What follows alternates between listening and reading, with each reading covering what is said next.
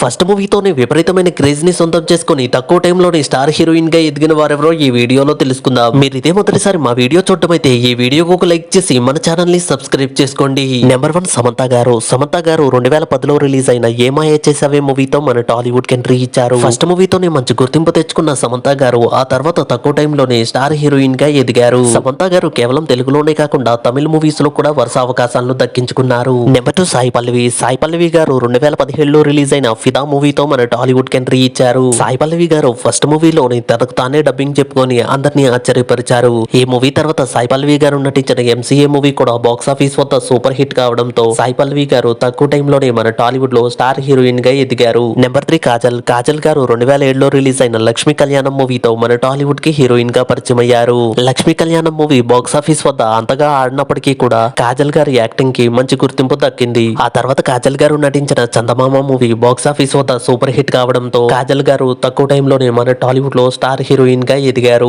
Number 4 Sreeleela గారు. శ్రీలీల గారు పెళ్లి సందడి మూవీతో మన టాలీవుడ్ కి ఎంట్రీ ఇచ్చి ఫస్ట్ మూవీతోనే తనకంటూ మంచి గుర్తింపు తెచ్చుకున్నారు. ఆ తర్వాత ధమాకా మూవీతో బ్లాక్ బస్టర్ హిట్ ని సొంతం చేసుకున్న శ్రీలీల గారు ప్రెసెంట్ మన టాలీవుడ్ లో స్టార్ హీరోయిన్ గా వరుస మూవీస్ తో దూసుకుపోతున్నారు. నెంబర్ 5 మృణాల్ ఠాకూర్. మృణాల్ ఠాకూర్ గారు సీతారామం మూవీతో మన టాలీవుడ్ కి ఎంట్రీ ఇచ్చి ఫస్ట్ మూవీతోనే బ్లాక్ బస్టర్ హిట్ ని సొంతం చేసుకుని తనకంటూ మంచి గుర్తింపు తెచ్చుకున్నారు మృణాల్ ఠాకూర్. అయితే ప్రస్తుతం మృణాల్ ఠాకూర్ గారు వరుస మూవీస్ చేస్తూ మన టాలీవుడ్ లో స్టార్ హీరోయిన్ గా దూసుకుపోతున్నారు. ఈ వీడియోకి ఒక లైక్ చేసి వీరిలో మీకు ఇష్టమైన హీరోయిన్ ఎవరో కామెంట్ చేయండి. అలాగే వెళ్తూ మన ఛానల్ ని కూడా సబ్స్క్రైబ్ చేసుకోండి.